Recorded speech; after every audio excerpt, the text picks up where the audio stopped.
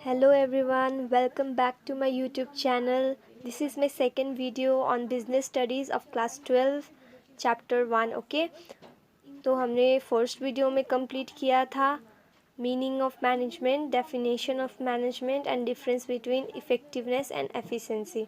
तो इस वीडियो में हम कंप्लीट करेंगे या फिर देखेंगे characteristics of management. So let's see the characteristics of management. First one is management is goal oriented process.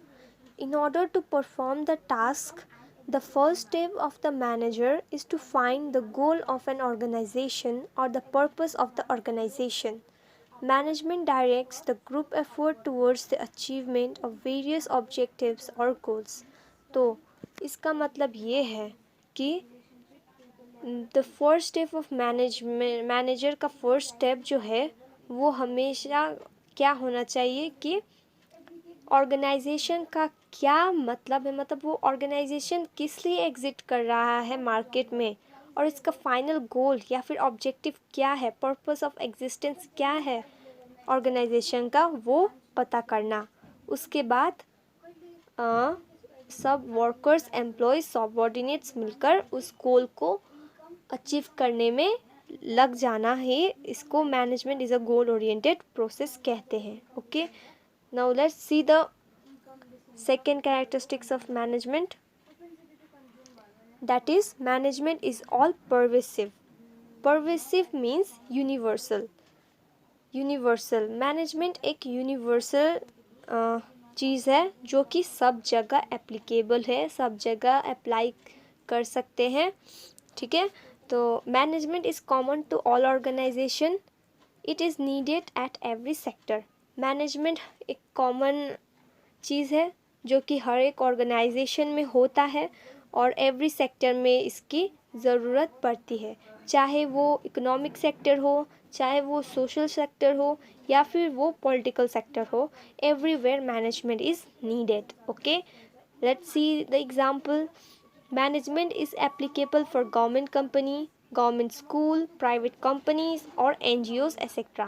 So management हर जगह applicable है, चाहे वो गवर्नमेंट कंपनीज हो, गवर्नमेंट स्कूल्स हो, प्राइवेट कंपनीज हो, प्राइवेट स्कूल्स हो या फिर वो NGO ही क्यों ना हो, मैनेजमेंट हर जगह चाहिए ही चाहिए और इसे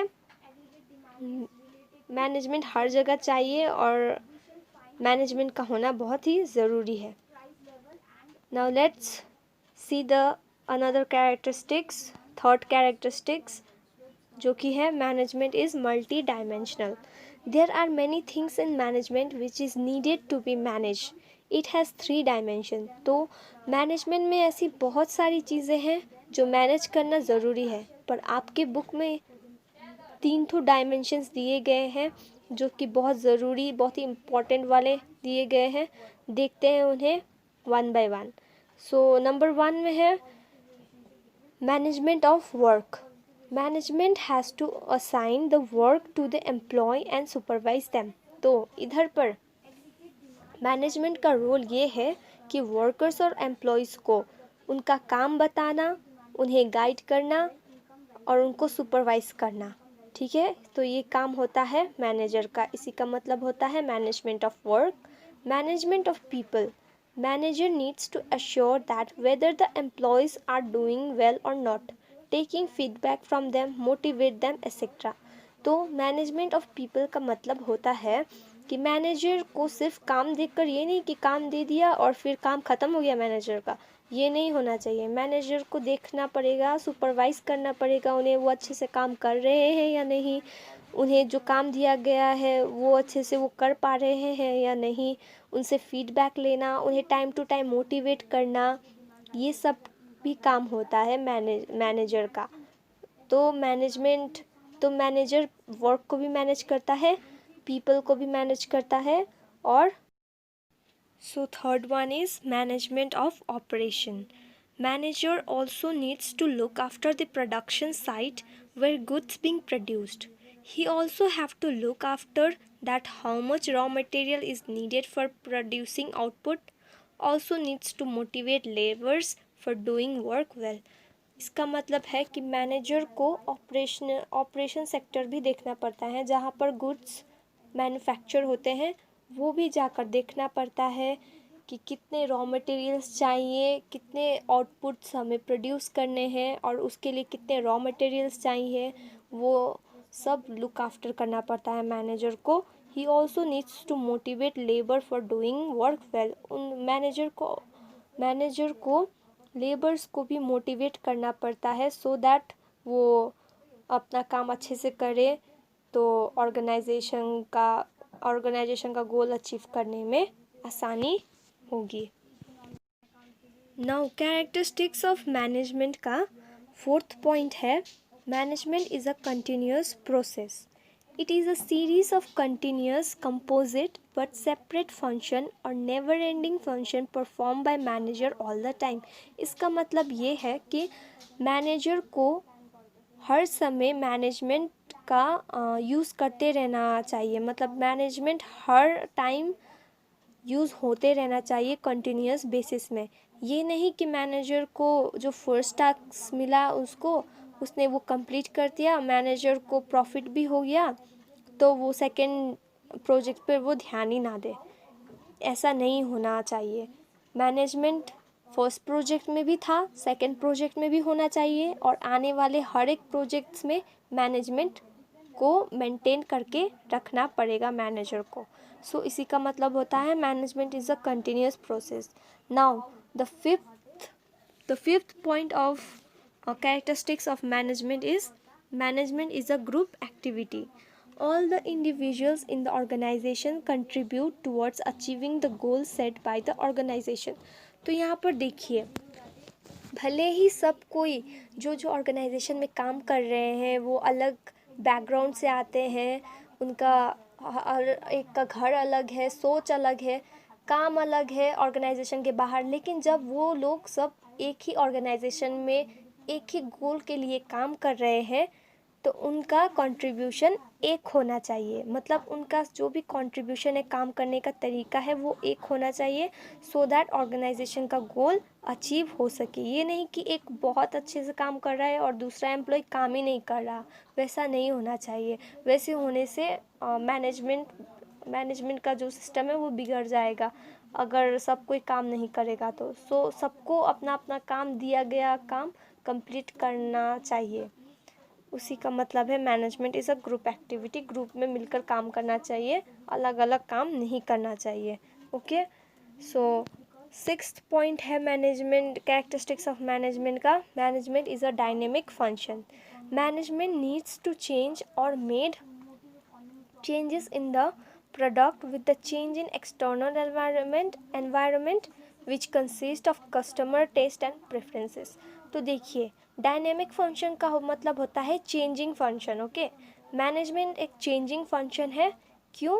क्योंकि हर समय मतलब कुछ साल के बाद ही, देखिए कुछ साल के बाद ही टेक्नोलॉजी में चेंजेस आ सकते हैं, या कुछ समय के बाद एक्सटर्नल एनवायरनमेंट का मतलब आ जाएगा, कस्टमर्स के टेस्ट एंड प्रेफरेंस में बदलाव आ सकता है, मार्केट चेंज में बदलाव आ सकता है। सो इन्हीं सब ये सब जो चेंज होते रहते हैं ना, मैनेजमेंट को भी इसी हिसाब से अपने आप को इस चेंजेस में ढलना पड़ेगा, तभी मैनेजमेंट अच्छे से वर्क कर पाएगा। ओके, सो 7th पॉइंट और लास्ट पॉइंट ऑफ मैनेजमेंट क्या है? Management is an intangible force. It can not be seen but it presence can felt from the way organisations function. इसका मतलब ये है कि हम मैनेजमेंट को देख तो नहीं सकते हैं। इंटेंजिबल मतलब which can not be seen and touch. हम इसे छू नहीं सकते, हम इसे देख नहीं सकते, बट हम इसे फील कर सकते हैं। मतलब आपने काम किया तो आपको क्या होगा? आपने अच्छे से काम किया तो आपको अच्छे रिजल्ट्स मिलेंगे। अच्छे रिजल्ट्स मिलेंगे ना मैनेजमेंट को, मतलब ऑर्गेनाइजेशन को। तो हमने मैनेज करके काम किया है तो मैनेजमेंट हमको दिखा नहीं, पर इसका इफ़ेक्ट तो हमें दिखा, रिजल्ट, अच्छा रिजल्ट आया, वो इफ़ेक्ट तो हमें दिखा ना। इसी का मतलब होता है management is an intangible force. Now let's see the objectives of management. In every organization, there are different objectives and management has to achieve all the objectives in an effective and efficient manner. So, हर एक organisation में management तो होता है, पर जो manage करने का तरीका होता है वो शायद डिफरेंट हो सकता है. ओके, तो मैनेजर को हमेशा गोल अचीव करने के लिए इफ़ेक्टिवली एंड एफिशिएंटली वर्क करना पड़ेगा. तो ऑब्जेक्टिव्स देखते हैं मैनेजमेंट का. फर्स्ट ऑब्जेक्टिव है organisational objectives. It is basically mean aim of the firm or main goal and purpose of existence of firm. It has to achieve a variety of goal in all areas, that is interest of shareholders, interest of employees, interest of customers and government. So organisational objectives का मतलब है, मैंने पहले इसका मतलब समझाया था ना कि मैनेजर को देखना होगा कि ऑर्गेनाइजेशन किस वजह से मार्केट में स्टैंड कर रहा है, इसका रीज़न क्या है स्टैंड करने का, उसका main motive, main goal, main objective क्या है, पर्पस ऑफ एग्जिस्टेंस क्या है फॉर्म का, वो पता करना मैनेजर का काम होता है. It has to achieve variety of goals in all areas. मतलब इसको सिर्फ प्रोडक्शन के फील्ड से ही रिलेटेड, सिर्फ प्रोडक्शन पे ही ध्यान ना देकर इससे इंटरेस्ट ऑफ शेयर होल्डर्स जो होते हैं उनको कितना डिविडेंड देना है वो भी देखना पड़ेगा.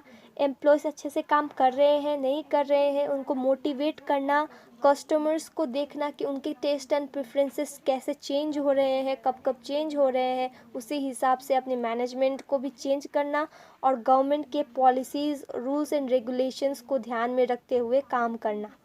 ओके, तो ये सारे ऑब्जेक्टिव्स हैं इसको हम ऑर्गेनाइजेशनल ऑब्जेक्टिव्स कहते हैं. ठीक है.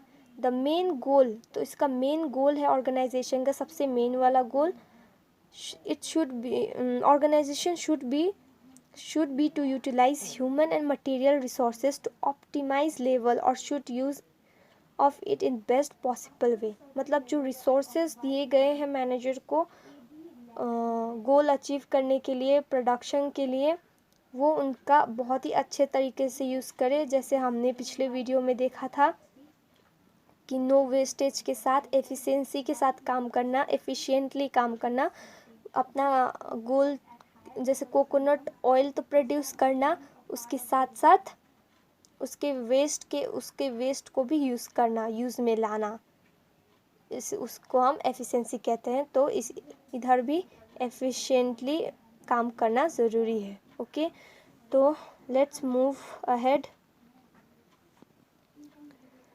Organizational objectives can be divided into survival, profit and growth. Organizational objective 3 branches में डिवाइडेड है, सर्वाइवल और प्रॉफिट एंड ग्रोथ. ये होना ऑर्गेनाइजेशन में बहुत ही ज़्यादा ज़रूरी है. So let us understand all one by one. Okay, survival, earning enough revenue to cover cost. Management, by taking positive decision with regard to different business activity, ensure survival of business for long term.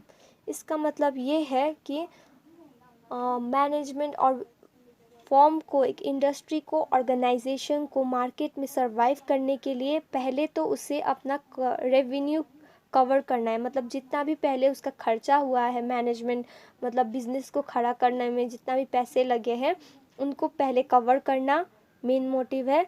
उसके बाद उसी हिसाब से decisions take place करना so that कि organisation long run में survive कर सके. अगर उसका प्रॉफिट ही कवर, उसका रेवेन्यू ही कवर नहीं होगा तो प्रॉफिट कमाने की बात तो बाद में आएगी. ठीक है, तो पहले ऑर्गेनाइजेशन को सर्वाइव करने के लिए अपना जो भी पैसा लगा है वो पहले उसे कवर करना पड़ेगा. सेकंड पॉइंट है प्रॉफिटेबिलिटी. वो जब ऑर्गेनाइजेशन अपना रेवेन्यू कवर कर लेगा तब वो अपना प्रॉफिट कमाने के बारे में सोचना होगा ऑर्गेनाइजेशन को. Earning adequate profit in order to survive and grow. Profit is a vital incentive for continued successful operation of the enterprise. मतलब प्रॉफिट के बिना अगर ऑर्गेनाइजेशन, मतलब प्रॉफिट के बिना ऑर्गेनाइजेशन चल ही नहीं सकता। अगर आप प्रॉफिट ही नहीं कमाओगे, सिर्फ लॉस ही लॉस होगा तो क्या होगा? ज़्यादा कुछ नहीं होगा, आपका ऑर्गेनाइजेशन बंद हो जाएगा। सो प्रॉफिट कमाना is a very vital incentive, okay. And the third one is growth. Growth indicates how well it exploits the potential opportunities.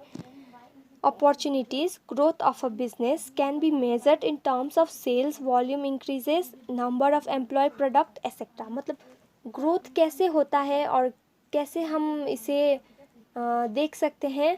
तो जितना आपका प्रोडक्शन हो रहा है, आपका सेल वॉल्यूम भी उसी हिसाब से होना चाहिए। मतलब आपका प्रोडक्ट भी उसी हिसाब से मार्केट में बिकना चाहिए। तो अगर बिकेगा प्रोडक्ट आपका, तो आपके पास ज़्यादा रेवेन्यू आएगा तो उससे आप प्रॉफिट ज़्यादा कमा सकोगे। अगर ज़्यादा प्रॉफिट कमा सकोगे तो आपका ऑर्गेनाइजेशन में ग्रोथ होगा, ठीक है। तो हम इसे कैसे देख सकते हैं? मैंने पहले कहा है कि सेल वॉल्यूम से हम इसे देख सकते हैं, कितना सेल हो रहा है उस हिसाब से हम इसे देख सकते हैं। और नंबर ऑफ़ एम्प्लॉय, प्रोडक्ट्स और एम्प्लॉयज़ और वर्कर्स के प्रोडक्शन, वो कितने एफिशिएंटली काम कर रहे हैं, इस पर भी ग्रोथ डिपेंड करता है ऑर्गेनाइजेशन का, ओके। अगर वो अच्छे से काम ही नहीं करेंगे तो प्रोडक्शन ही नहीं होगा। डिमांड तो आएगा बट प्रोडक्शन नहीं होगा, सप्लाई नहीं होगा, तो आप रेवेन्यू नहीं कमा पाओगे, प्रॉफिट नहीं कमा पाओगे और ग्रोथ भी नहीं होगा। इसलिए एम्प्लॉयज़ को भी देखना ज़रूरी है कि वो काम कैसे कर रहे हैं, okay. So in this much in this video, okay. I hope you all have understand all the topics which I have explained here, okay. Please don't forget to like, share and subscribe my channel. Also don't forget to comment.